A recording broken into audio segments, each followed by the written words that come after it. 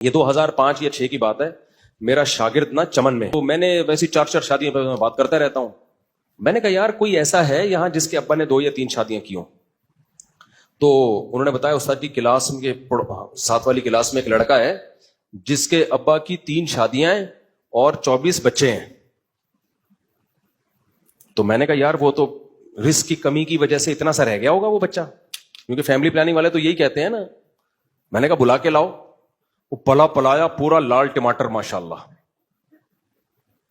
میں نے کہا تم کون سے نمبر پہ؟ اس نے پتہ نہیں کیا بتایا 18ویں نمبر پہ. تو میں نے کہا تمہارے ابا کی آمدن کیا ہے یار؟ 3 بیویاں اور 24 بچے پالنا اس مہنگائی کے دور میں آسان ہے؟ کرتے کیا ہے؟ اس نے کہا ہمارے ابا کا ایک چھوٹا سا کھوکھا تھا چمن میں, چھوٹا سا بزنس تھا. سمجھ رہے ہو؟ تو بچے پیدا ہوتے گئے, جو لڑکیاں تھیں وہ گھر میں, جو لڑکے تھے وہ بچپن ہی سے ابا کے بزنس میں ابا کے پارٹنر بولو بنتے چلے. 6 7 سال کے دکان پہ بٹھا دیا, چل بھائی اب تو یہ اس کو پہنا جا کے, تو اس کو پہنا جا کے. بچپن سے ہی انہوں نے پہنانا سیکھ لیا. کاروبار میں پہنانا ہی تو ہوتا ہے.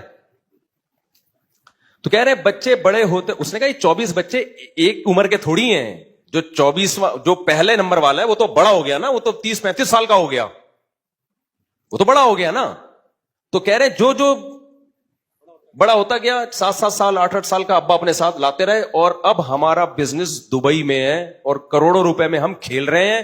تو اس لیے ابا نے 3 بچے دین کی خدمت کے لیے وقف کیے ان 24 میں سے.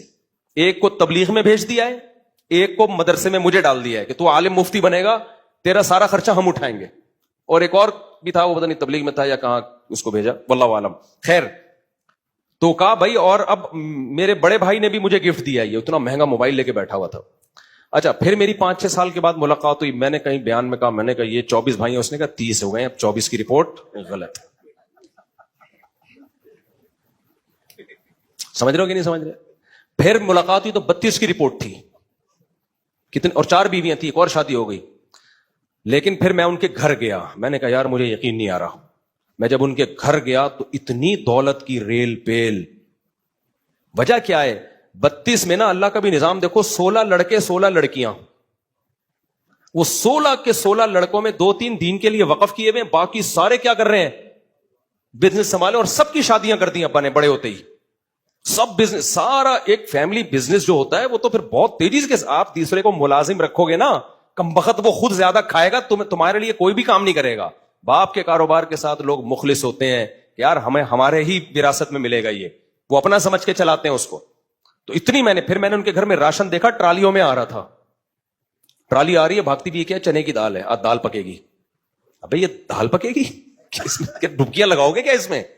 پھر اس نے بولا ہمارے ابا جو ہے نا شام کو بیٹھتے ہیں پگڑی پہن کے, اتنی بڑی, 4 مائیں بیٹھتی ہیں, دسترخوان جب لگتا ہے سارے بیٹے بیٹیاں پوتے نواسے کہہ رہے ہم نے ابا کو بٹھا دیا کہ ابا اب آپ نے بزنس نہیں کرنا, ہم سنبھالیں گے. لیکن ابا بیٹھتا نہیں ہے, وہ کہتا ہے نہیں میں بھی کروں گا کاروبار. وہ بھی کر رہے ہیں, اب شاید چھوڑ دیا بڑھاپے میں. تو یہ رونقیں, یہ بہاریں, بزنس اور وقت پہ شادی, یہ ان چیزوں کے نتائج ہیں.